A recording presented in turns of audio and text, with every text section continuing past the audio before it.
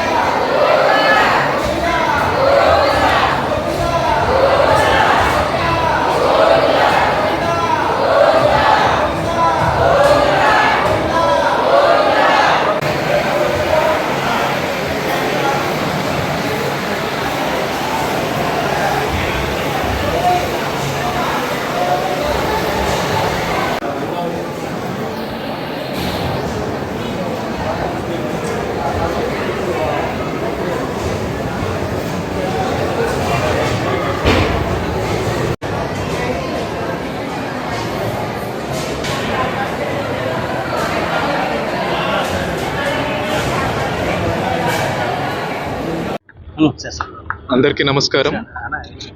మనం ఈసారి చందనోత్సవం ఏర్పాట్లన్నీ పూర్తి చేసుకోవడం జరిగింది 2 రోజుల ముందే. అలాగే టికెట్ సేల్స్ కూడా 2 రోజుల ముందే 100% కంప్లీట్ చేసుకోవడం జరిగింది. ఇనీషియల్గా మనకు కొన్ని టెక్నికల్ గ్లిచ్ రావడం వల్ల మొదటి 12 గంటల్లో మనకు కొంచెం ఆన్లైన్లో ఇబ్బంది వచ్చిన తర్వాత నుంచి నెక్స్ట్ 3-4 రోజులు నిరంతరాయంగా ఆన్లైన్లో టికెట్ సేల్స్ జరిగాయి.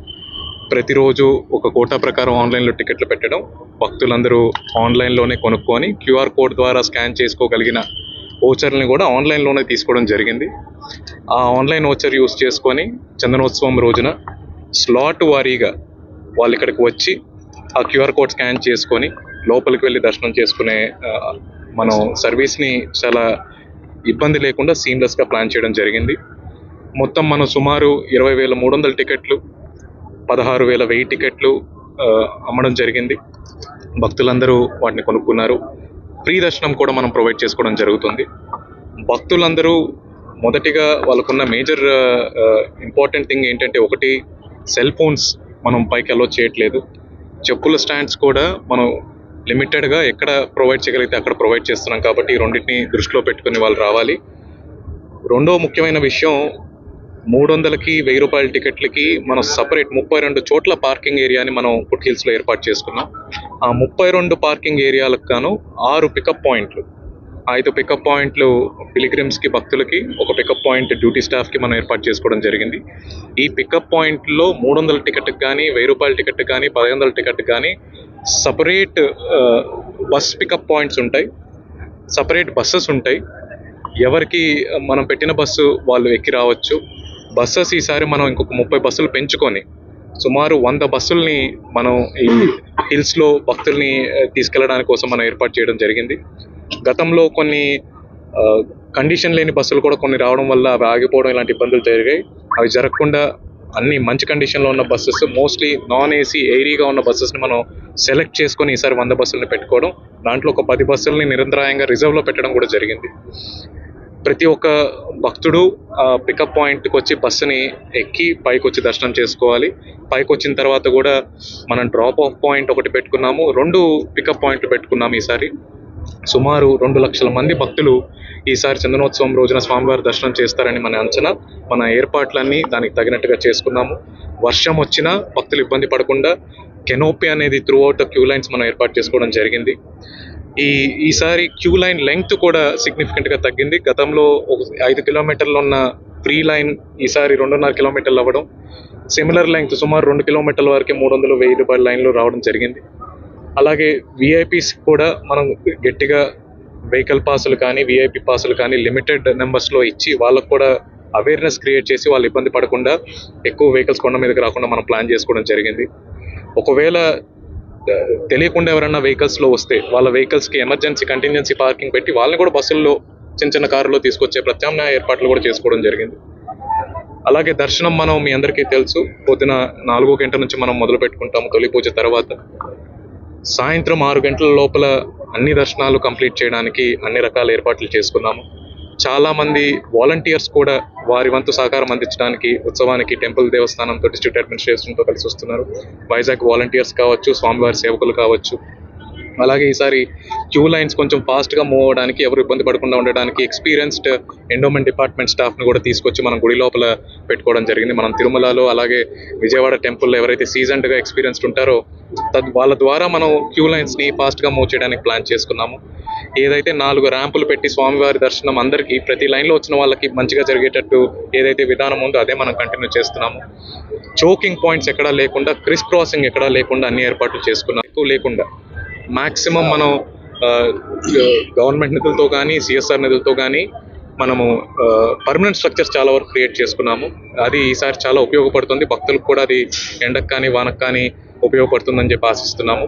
ఎక్కడెక్కడ క్రిస్ క్రాసింగ్ అవుతుందో అక్కడ ఫుట్ ఓవర్ బ్రిడ్జెస్ కూడా మనం ఏర్పాటు చేసుకోవడం జరిగింది, ర్యాంపులు ఏర్పాటు చేసుకోవడం జరిగింది. పోలీస్, దేవస్థానం మరియు డిస్ట్రిక్ట్ అడ్మినిస్ట్రేషన్ సింగిల్ టీమ్గా పనిచేస్తూ భక్తులకు ఎటువంటి ఇబ్బంది కలగకుండా అన్ని రకాల ఏర్పాట్లు చేశాము. భక్తులకి మా వైపు నుంచి ఒకటే రిక్వెస్ట్, వాళ్ళకి ఏదైతే స్లాట్లో టికెట్ బుక్ చేసుకున్నారో ఆ స్లాట్లో రావాలి. ఏవైతే దేవస్థానం బస్సులు ఏర్పాటు చేశారో కింద నుంచి వాళ్ళ పార్కింగ్లో వాళ్ళ సొంత వెహికల్ పార్క్ చేసి ఆ బస్సులను తీసుకొని పైకి రావాలి. ఎందుకంటే ఎటువంటి పరిస్థితుల్లో ప్రైవేట్ వెహికల్స్ని కొండ మీదకి అలో చేయము. ఎక్సెప్ట్ మనకు వివిఐపి ప్రోటోకాల్ ఒక స్పెసిఫిక్ స్లాట్లో వచ్చే వాళ్ళకి తప్ప, అవి కూడా total number of vehicles including duty passes ఉన్న వాళ్ళన్నీ కలిపి కూడా సుమారు 100 వెహికల్స్ కంటే ఎక్కువ ఉండవు. రేపు సాయంత్రం 6 గంటల తర్వాత ఎంటైర్ కొండని శానిటైజ్ చేయడం జరుగుతుంది. మనుషుల్ని కానీ వెహికల్స్ని కానీ కంప్లీట్గా కింద కొండ కిందకి తీసుకెళ్ళి కొండని చందనోత్సవానికి అన్ని రకాలుగా సిద్ధం చేయడం జరుగుతుంది. టికెట్ లేని వాళ్ళని మాత్రం ఎటువంటి పరిస్థితుల్లో దర్శనానికి అలో చేయము. దయచేసి అందరికీ రిక్వెస్ట్ ఏంటంటే, టికెట్ ఉన్న వాళ్ళే ఏ క్యూ లైన్ దగ్గర వెళ్ళాలో ఆ క్యూ లైన్ దగ్గర వెళ్ళాలి. సైనేజెస్ కూడా మంచిగా ఏర్పాటు చేశారు. మిగతా వాళ్ళందరూ ఫ్రీ దర్శనం ఏదైతే ఏర్పాటు చేశామో దాన్ని ఉపయోగించుకోవాలి. ఇది ప్రభుత్వం తరపున మీ అందరికీ రిక్వెస్ట్. అన్ని రకాలుగా సిద్ధంగా ఉన్నాము. భక్తులు కూడా వాళ్ళ తోడ్పాటు అందిస్తే చందనోత్సవం ఎటువంటి ఇష్యూ లేకుండా సక్సెస్ఫుల్గా ఈసారి జరుపుకుంటాం. అంతరాలయ దర్శనాలు ఏ సమయం నుంచి ఏ సమయం వరకు? అంతరాలయం మన తొలి పూజ అయిన తర్వాత కేవలం గంట వరకు ఏదైతే ప్రోటోకాల్ ప్రకారం ఎవరికి ఇవ్వాలో గ్రూప్ ఆఫ్ మినిస్టర్స్ డెసిషన్ ప్రకారం కేవలం ఒక 500 మందికి మాత్రం ఏర్పాటు చేయడం జరిగింది. అది కూడా ఒక 5 లోపల మనం అంతరాలయం దర్శనం క్లోజ్ చేసి ఆ తర్వాత నీలాద్రి గేట్ దగ్గర నుంచి అన్ని దర్శనాలు అయ్యే విధంగా ప్లాన్ చేసుకున్నాం. సార్, ఉచితంగా వచ్చే ఇప్పుడు 16,000, 20,000 మొత్తం 40,000 టికెట్లు అప్రాక్సిమేట్లీ అమ్మాము. రిమైనింగ్ 150,000 వరకు ఉచితంగా భక్తులు వస్తారనే మన ఆలోచన. మోస్ట్లీ ఫ్రీ దర్శనంలోనే వస్తారని. గత చందనోత్సవాలు ఆల్మోస్ట్ 140,000 వరకు వచ్చారు. ఈసారి మనం 2 లక్షలు వస్తారు అన్న విధంగా మనం ప్లాన్ చేసుకున్నాం. ఈ బస్సు ఏదైతే మనం ప్రొవైడ్ చేస్తున్నామో that is all free of cost. Food distribute చేసే వాళ్ళందరికీ డ్యూటీ పాసెస్ ఇస్తున్నాము. ఆ డ్యూటీ పాస్ సంబంధించి పోలీస్కి క్లియర్గా కమ్యూనికేట్ చేస్తున్నాము. అది ఎటువంటి ఇబ్బంది లేకుండా చూసుకుంటాం.